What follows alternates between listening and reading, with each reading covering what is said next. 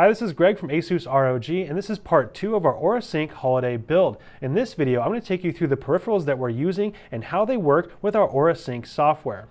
In part 1, we went through the internal components and the build process, so if you missed that video, go ahead and check it out using the link in the description below. So we've got our system up and running, and Aura Sync is currently in color cycle mode, and you'll notice that not just the lighting on the internal components is all synced up, but also the lighting for the microphone, keyboard, mouse, and even the monitor. All of these ROG peripherals are Aura Sync ready, so they will automatically show up in our Aura Sync software. However, the monitor does require a USB connection.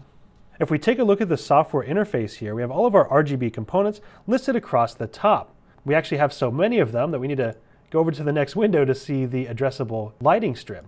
But of course, in this video, we're going to be talking about peripherals, so let's go ahead and start with the keyboard.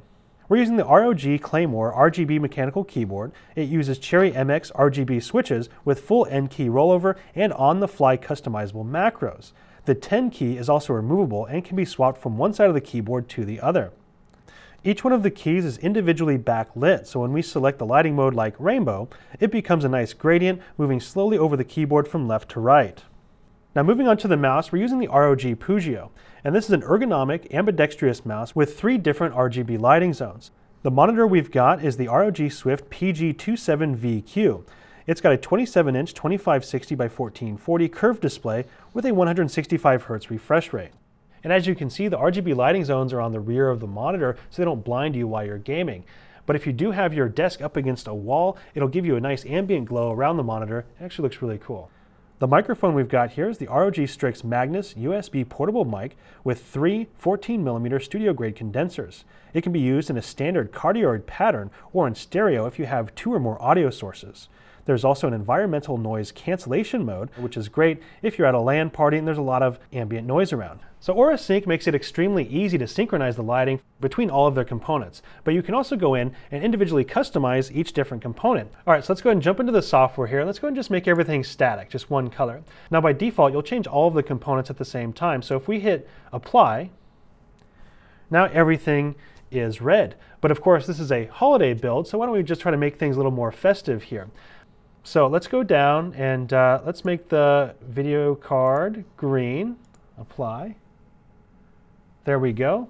And let's do the keyboard green, okay. All right, so now we've got green and red kind of alternating throughout all the components. And this works in more than just static mode. So let's say if we went to comet mode here, so let's go ahead and check this out. Comet mode here, we'll go ahead and click apply. And it will take our presets over, so now we're going through comet mode, and it's just kind of flashing each one, but we still have the red and green feel. And you can go down and, you know, let's say if you wanted to just add the keyboard purple here, hit apply.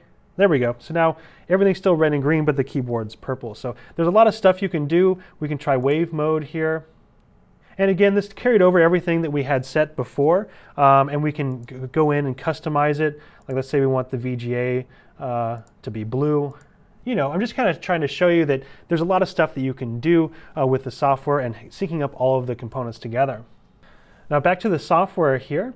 As you can see, there are a ton of different modes and settings that we've really just begun to scratch the surface on. And in our next video, we're going to take a deep dive into the Aura Sync software and do a walkthrough on everything. So be sure to check that one out. You can download Aura Sync by going to the support page for your Aura Sync enabled motherboard, and it will be listed under the utilities.